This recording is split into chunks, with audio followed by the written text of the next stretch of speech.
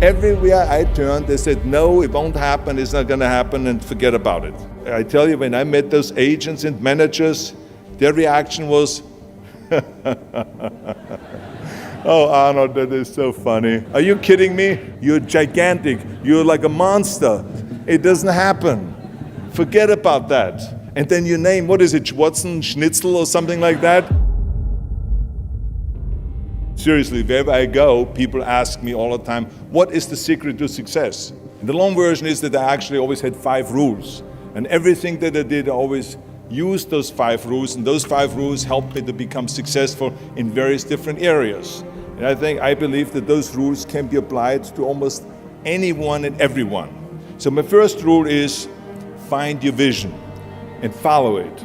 You see, I think it's the most important thing that we have a very clear vision of where we go. A goal, where do we go? Because you can have the best ship in the world, but if the captain does not know where to go, that ship will drift around the world and will never end up anywhere. And this is exactly the way it is in real life. The simple truth is, if you don't have a vision, if you don't have a goal, if you don't see your future laid out in front of you, you're just floating around without a purpose. This is why so many people around the world are unhappy with their jobs. I mean, in America, 74% of the people hate their job and would like to change jobs. I always smiled when I worked, no matter how hard I worked. I always had a great time, no matter what I did. It didn't matter if it was in bodybuilding, or if it was in the movies, or if it was as governor. People ask me in the gym all the time, why are you smiling all the time? Why are you so happy? You have to lift 50 tons of weights. I tell them always, I say, I smile because I know exactly that every rep that I do, I get one step closer to turning that vision of mine into reality and becoming that Mr. Universe. Always discover your vision, and the rest will follow. My second rule is never ever think small. If you're going to accomplish anything, you have to think big. You have to go and shoot for the stars.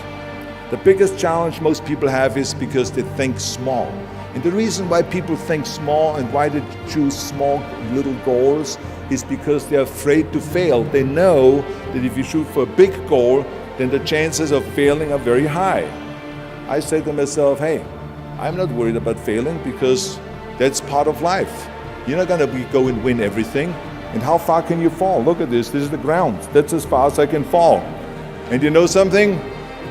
That the only time you really consider the failure is if you fall and you don't get up. But if you get up, you never consider the failure. So I never considered myself a failure. I always considered myself a winner, even though I fell every so often. But I always got up and I always moved forward. I didn't just think about being in movies. No, I wanted to be a movie star. I wanted to have above the title billing. I wanted to become the highest paid entertainer. I basically wanted to be another John Wayne. What's wrong with that? Never think small, think big. My third rule is ignore the naysayers. I think it is natural that when you have a big vision and big dreams and you have big goals, that people are gonna say around you, I don't think it can be done. I think it's impossible. I tell you, I heard this all the time, but I want to tell you, don't ever let them stop you from dreaming and from shooting for the big goal. Just think about how many times my career would have stopped. My career would have ended if I would have listened to the naysayers. I mean, it started right away when I was 15 years old and I became a bodybuilder. Right after that, when I said, I want to be a world champion in bodybuilding, I want to be Mr. Universe. They immediately said, are you crazy? Bodybuilding is an American sport, forget about it, that's nuts.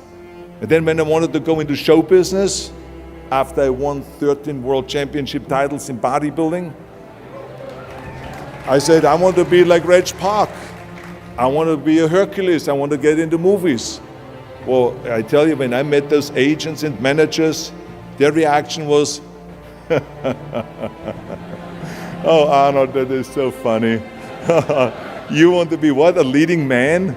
Oh, come on. I mean, look, first of all, let's start with your body. You're gigantic, you're like a monster. Are you kidding me? And then your accent, oh, it gives me the chills just listening to your German bullshit. Come on now. I mean, be serious. Have you ever seen an international movie star with a German accent? It doesn't happen. Forget about that. And then you name, what is it, Schnitzel or something like that? Imagine that. Everywhere I turned, they said, no, it won't happen, it's not gonna happen, and forget about it. Luckily, I did not listen. I did not listen because I knew if I worked hard enough and if I worked as hard as I did in bodybuilding, 5-6 hours a day, that I will make it, that I could prove them wrong.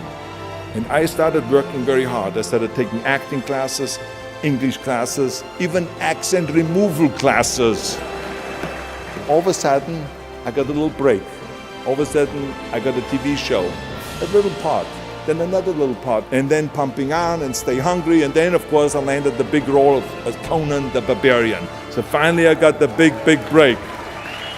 So as you see, everything that the naysayers said was a liability became an asset.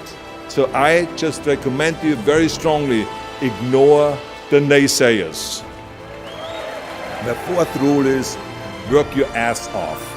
It doesn't matter in what area you're in. No pain, no gain. Work your butt off. That's what I always believe. No matter what you do, work. The bottom line is, if you don't apply that rule, all the other rules won't mean anything. When people say, I don't have time to work out, or I have worked so hard all day, I'm tired, or I cannot read another book, or I cannot improve myself, or I cannot grow as a person, or any of those things. What the hell are we talking about here? I mean, the day is 24 hours, you sleep 6 hours, so you have 18 hours left. I mean, I know there's some of you out there that say, well, wait a minute, I sleep actually 8 hours, but that's just sleep faster, okay? You didn't, I mean, let's not get bogged down with this stuff here. Just remember, you can't climb that ladder of success with your hands in your pockets. You must work your ass off. It's that simple. And my fifth and last rule is, don't just take, give something back. Now, I love the words of my father-in-law, Sergeant Shriver. He said, tear down that mirror that makes you always look at yourself. And you will be able to look beyond that mirror, and you will see the millions and millions of people that need your help. And I saw those millions and millions of people. And this is why I tried to take every opportunity that I could to give something back. I started training Special Olympians. I started after-school programs for the most vulnerable children, for inner-city children, to make them be able to say no to drugs, no to gangs, and no to violence. We don't have to just work on me. We should also work on we. To lead a truly full life, you must give back. You must leave the world a better place than you found it. I guarantee you that if you follow all of those rules, you will have many victories to celebrate. And you will leave a legacy behind that you can be proud of. So I want you to remember, have a vision, think big, ignore the naysayers, work your ass off, and give back and change the world. Because if not us, who? If not now, when? Thank you very much. Thank you.